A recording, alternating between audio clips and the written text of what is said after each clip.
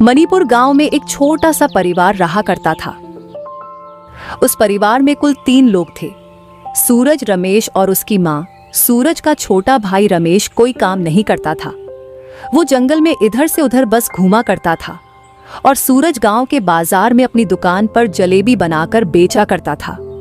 सूरज के जलेबी बहुत ही टेस्टी थे, इसलिए उसकी दुकान पर हमेशा ग्राहकों की भीड़ लगी रहती थी। वाह सूरज, तेरे जलेबी वाकई बहुत ही स्वादिष्ट है। अगर मैं रोज सुबह तेरे हाथ के जलेबी ना खाऊं तो मुझसे मेरे खेतों में काम ही नहीं होता। अरे हाँ, बिल्कुल सही कह रहे हो। जो स्वाद सूरज के जलेबी में है वो स्वाद किसी और जलेबी वाले के जलेबी में नहीं है। मैं खुद भी रोज इसके यहाँ से ही जलेबी खाता हूँ। अरे भाई सूरज, तू अपने जलेबी में ऐसा क्या मिलाता है जो इनका स्वाद इतना टेस्टी है? अरे भाई, मैं तो वही चीजें इस्तेमाल करता हूँ जो हर कोई करता है, लेकिन मैं हर चीज ताज़ा और शुद्ध इस्तेमाल करता हूँ। हाँ यार, तुम्हारे जलेबी तो बहुत स्वादिष्ट है। मुझे तो नहीं लगता कि तुम ये जलेबी नॉर्मल चीजों से बनाते हो, लेकिन हमको क्या लेना देना। हमें तो जलेबी खाने से मतलब है। क्यों भाई, सही कह रहा हूँ? हाँ हाँ बेटा, तुम बिल्कुल सही कह रहे हो। सूरज के जलेबी इतने टेस्टी थे कि गांव का हर व्यक्ति सूरज के पास रोज एक जलेबी खाने आया करता था। उन लोगों को सूरज के ऊपर बहुत विश्वास था। रमेश, तू कब तक गांव में ऐसे ही घूमता रहेगा? तू कोई काम क्यों नहीं कर लेता ताकि मैं तेरी अच्छी लड़की देखकर शादी करवा सकूं? भैया, मैं आपके जैसे नहीं हूँ। मुझे जल्दी अमीर बनना है। आपके जैसे ईमानदार बनकर रहूंगा तो मैं गरीब बनकर ही रह जाऊंगा। सूरज हमेशा अच्छे सामान से ही जलेबी बनाया करता था। वो कभी भी खराब सामान इस्तेमाल नहीं करता था। वो कभी अपना फायदा नहीं सोचता था। एक दिन जब सूरज जलेबी का सामान लेने दुकानदार के पास जाता है। अरे भाई सूरज, मुझे एक बात बताओ, तुम हमेशा इतने महंगे तेल और इतने महंगे मैदा से ही जलेबी क्यों बनाते हो? ऐसा करने से तुम्हें कोई फायदा भी होता होगा क्या? अरे भाई, मेरे ग्राहकों की सेहत का ध्यान रखना मेरी जिम्मेदारी है। मैं सस्ते सामान से जलेबी बनाकर उनकी सेहत खराब नहीं कर सकता। वो बहुत विश्वास से मेरी दुकान पर जलेबी खाने आते हैं, तो मैं उनका विश्वास कैसे तोड़ सकता हूँ? दिन भर जलेबी बेचने के बाद सूरज को जो भी पैसे मिलते वो पैसे वो अपनी माँ को दे दिया करता था। जलेबी में अच्छा सामान लगाने की वजह से उसे ज्यादा फायदा नहीं होता था। सुनो बेटा, कल तुमने मुझे केवल 1000 रुपए ही दिया था। हाँ माँ, कल से मैदा और तेल का दाम बढ़ गया है, इसीलिए कल कम मुनाफा हुआ था। तो बेटा तुम भी अपने जलेबी का दाम बढ़ा दो, क्योंकि ऐसे तो अपन को बहुत नुकसान हो रहा है। नहीं माँ, अगर मैंने जलेबी के दाम बढ़ा दिए तो गरीब लोग मेरे जलेबी नहीं खा पाएंगे, और अगर हमें गरीब लोगों को जलेबी बेचकर कम फायदा होता है तो कोई बात नहीं है। भैया, आज के समय में लोग सबसे पहले खुद के बारे में सोचते हैं। ये बात पता नहीं आपको कब समझ आएगी।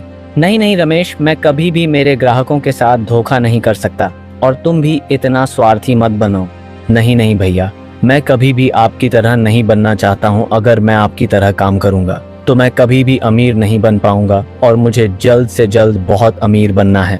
लेकिन रमेश, एक बात का हमेशा ध्यान रखना, तेरी वजह से किसी को कोई नुकसान नहीं होना चाहिए। फिर एक दिन सूरज की माँ का तबीयत बहुत बिगड़ जाता है। सुनो रमेश, मैं माँ को लेकर शहर में डॉक्टर के यहाँ दिखाने के लिए ले जा रहा हूँ। जब तक मैं वापस ना आऊँ तब तक तुम अपनी दुकान को संभाल लेना, और याद रखना हमेशा अच्छा सामान ही इस्तेमाल करना। भैया, आप चिंता मत कीजिए, मैं अच्छे से दुकान का ध्यान रखूंगा। फिर सूरज अपनी माँ के साथ शहर चला जाता है। फिर अगले ही दिन से रमेश दुकान पर चला जाता है। ग्राहक की दुकान पर आते हैं तो रमेश को दुकान पर खड़ा देख, अरे भाई रमेश, तुम्हारा बड़ा भाई सूरज कहाँ गया है? अरे भैया, माँ को लेकर शहर में डॉक्टर के यहाँ दिखाने को लेकर गया है, कुछ ही दिनों में वापस लौट आएंगे। फिर ऐसे ही कुछ दिन बीत जाते हैं तो रमेश देखता है कि जलेबी बनाने का सामान खत्म हो चुका है। अरे ये क्या, जलेबी बनाने का सामान तो सारा खत्म हो चुका है, लेकिन मैं आज ही जलेबी बनाने का सामान ले आऊंगा। लेकिन मैं इस बार भैया के जैसे गलती नहीं करूंगा। मैं इस बार सबसे सस्ता जलेबी बनाने का सामान लेकर आऊंगा और उससे जलेबी बनाकर बेचूंगा, तो मुझे बहुत मुनाफा होगा। फिर रमेश सामान लेने के लिए दुकान पर चला जाता है। अरे भाई, जलेबी बनाने में जो भी सामान लगेगा वो सब सस्ते से सस्ता देना। महंगा और अच्छा सामान मुझे नहीं चाहिए। जितना सस्ता हो उतना सस्ता दे देना। अरे रमेश, सस्ते सामान से तुम्हें फायदा तो हो जाएगा, लेकिन जलेबी में स्वाद नहीं आएगा और तुम्हारा बड़ा भाई सूरज हमेशा मुझसे अच्छे से अच्छा सामान ही लेकर जाता है। अरे स्वाद से मुझे क्या लेना देना, मुझे तो केवल जलेबी बनाकर बेचना है और मुनाफा कमाना है। भैया तो पागल है जो हमेशा अच्छा सामान ही इस्तेमाल किया करते थे, इसीलिए वो कभी भी अमीर नहीं बन पाए। देखना मैं कितनी जल्दी मुनाफा कमाऊंगा और अमीर बनकर दिखाऊंगा। फिर दुकानदार रमेश को सामान दे देता है। रमेश वो सामान लेकर घर पर चला जाता है। महंगाई कितनी बढ़ गई है, अगर मैं सब कुछ अच्छा सामान इस्तेमाल करूंगा तो कितना नुकसान होगा। और भैया तो केवल 2 वक्त के खाने जितना ही कमा पाते थे, और 2 वक्त के खाने जीतने पैसों से क्या होता है। मुझे तो बहुत पैसा चाहिए, मुझे जल्दी से जल्दी अमीर बनना है, और ये जब ही मुमकिन है जब मैं सस्ते से सस्ता सामान काम में लूं और उनसे जलेबी बनाऊं। और वैसे भी गांव के सभी लोग भैया के ऊपर बहुत विश्वास करते हैं, तो चाहे कुछ भी हो जाए वो हमारी दुकान पर जलेबी खाने आएंगे ही आएंगे। फिर अगले दिन रमेश सामान को लेकर दुकान चला जाता है और उन्हीं से जलेबी बनाकर बेचने लगता है और जलेबी के दाम भी बढ़ा देता है।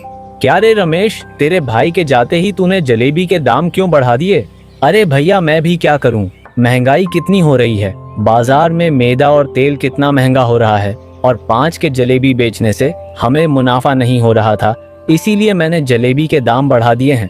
चल ठीक है, कोई बात नहीं, अब कर भी क्या सकते हैं, वैसे भी महंगाई बढ़ती ही जा रही है। चलो जल्दी से हम दोनों को एक एक जलेबी खिला दो।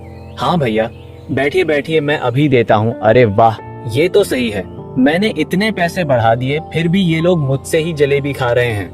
अरे भाई रमेश, कौन सी सोच में डूब गए हो, जल्दी से जलेबी खिला दे, मुझे खेत में जाना है, बहुत काम पड़ा है, मुझे देरी हो रही है। फिर रमेश उन सबको जलेबी दे देता है तो वो जलेबी खा लेते हैं। क्या रे रमेश, आज तूने ये जलेबी कैसे बनाया है? ये मुझे तुम्हारी दुकान के जलेबी तो नहीं लग रहे हैं। हाँ हाँ रमेश, इन जलेबी में रोज वाला टेस्ट तो नहीं है। क्या तूने पैसों के साथ साथ जलेबी के सामान में भी मिलावट कर दिया क्या? ग्राहकों की ये बात सुनकर रमेश थोड़ा घबरा जाता है।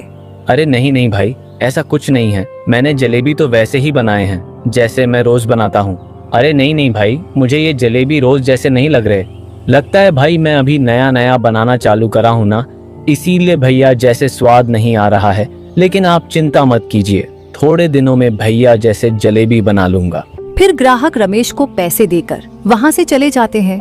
अब ऐसे ही दिन भर रमेश के यहाँ लोग जलेबी खाने तो आते, लेकिन हर कोई रमेश को जलेबी के दाम बढ़ाने और जलेबी के स्वाद के बारे में सुनाने लगते हैं।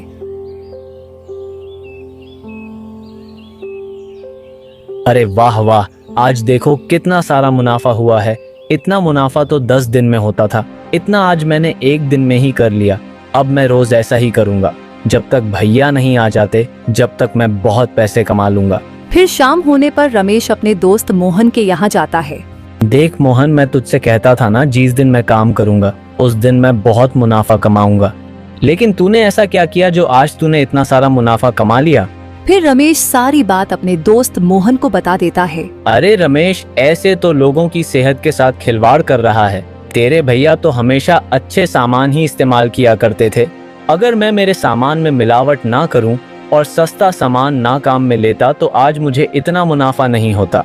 लेकिन रमेश, लोगों के विश्वास को तोड़कर बनाया हुआ पैसा कभी भी फलता नहीं है। अरे यार मोहन, मैं आज बहुत खुश हूँ, इसीलिए मैं तेरे पास आया हूँ, और अब तू ये फालतू की ज्ञान देना बंद कर। लेकिन रमेश, तू मेरी बातों को समझने की कोशिश कर, तू जो ये कर रहा है ये बिल्कुल भी सही नहीं है। अरे यार, जैसा मैं कर रहा हूँ तू मुझे वैसा करने दे। रमेश अपने दोस्त मोहन की एक बात भी नहीं सुनता और अब वो लालच में अंधा हो गया था। ठीक है यार, अब बहुत देर हो गई है, अब मुझे कल के जलेबी के लिए सामान भी लेकर आना है, तो मैं चलता हूँ। ऐसा कहकर रमेश वहाँ से चला जाता है और रोज की तरह सस्ता सामान खरीद लेता है और वहाँ से अपने घर चला जाता है। फिर अगले दिन सुबह रमेश अपना सामान लेकर दुकान में चला जाता है और उनसे जलेबी बनाकर बेचने लगता है। तभी एक आदमी आता है। अरे भाई, मुझे एक जलेबी तो खिला दे।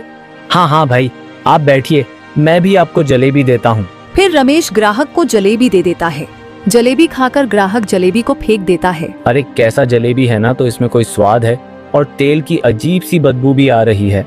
ग्राहक की बात सुनकर रमेश गुस्सा हो जाता है।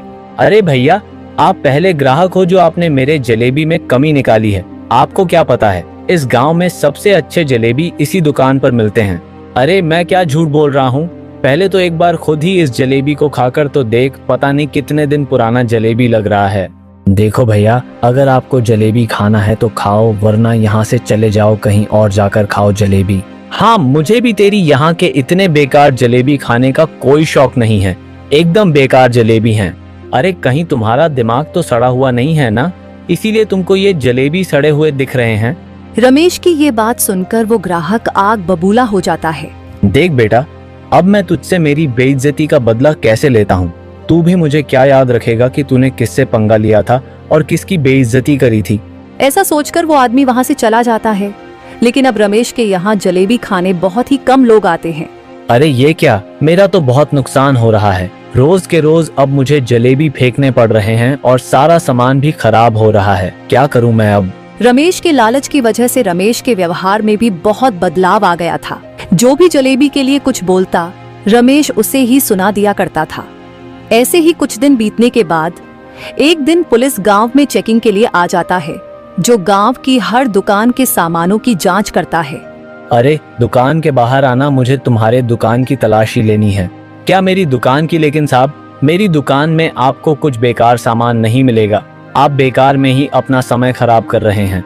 आप यहाँ बैठो, मैं भी आपके लिए बढ़िया गर्मा गर्म जलेबी लगाता हूँ। अरे तुझे एक बार में समझ नहीं आ रहा क्या? मैंने एक बार बोला ना, दुकान के बाहर आ तो बाहर आ। हाँ साहब, अब इसकी दुकान की अच्छे से तलाशी लीजिए और पता कीजिए कि ये कौन सा सामान इस्तेमाल करता है, क्योंकि अब इसके जलेबी में पहले जैसा स्वाद नहीं आ रहा है। जब तक इसका बड़ा भाई यहाँ था, जब तक यहाँ के जलेबी बहुत ही स्वादिष्ट थे, उसके यहाँ से जाते ही यह पता नहीं कौन से सामान से जलेबी बनाकर बेच रहा है। और हम गांव वाले जब इससे कुछ बोलते हैं तो ये उल्टा हमसे ही लड़ाई करने लग जाता है। अरे अरे, तुम ये क्या बोल रहे हो? मैंने ऐसा कब किया? झूठ क्यों बोल रहे हो? और जो सामान मेरे भैया इस्तेमाल करते थे वही सामान मैं इस्तेमाल कर रहा हूँ। ठीक है, तू अच्छा सामान इस्तेमाल कर रहा है तो दुकान से जल्दी बाहर आओ, हमें और भी दुकानों की तलाशी लेनी है। हे राम, अब मैं क्या करूं? अगर इन लोगों को पता लग गया कि मैं बेकार सामान से जलेबी बना रहा हूं तो ये मुझे मार मार कर मेरी चटनी बना देंगे। अरे तुझे एक बार में समझ नहीं आ रहा क्या? मैंने कहा ना, दुकान से बाहर आ। फिर रमेश बाहर आ जाता है। फिर पुलिस दुकान की तलाशी ले लेती है तो पुलिस को खराब सामान मिल जाता है।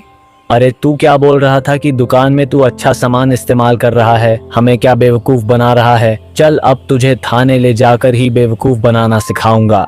पड़ गया ना रमेश, मेरे से पंगा लेना तुझे भारी। तूने उस दिन मेरी बहुत बेइज्जती की थी। तुझे क्या लगता है पुलिस को किसने बुलाया होगा? मैंने ही पुलिस को जाकर ये सब बताया है ताकि तुझे तेरे किए की सजा मिले। फिर रमेश सभी गांव वालों से माफी मांगता है। बेटा, अब तुझे माफी तो जेल में ही मिलेंगे। तो दोस्तों, हमें इस कहानी से यही सीख मिलती है कि हमें कभी भी लालच नहीं करना चाहिए और कभी भी अपने लालच के चलते किसी को खराब सामान नहीं बेचना चाहिए।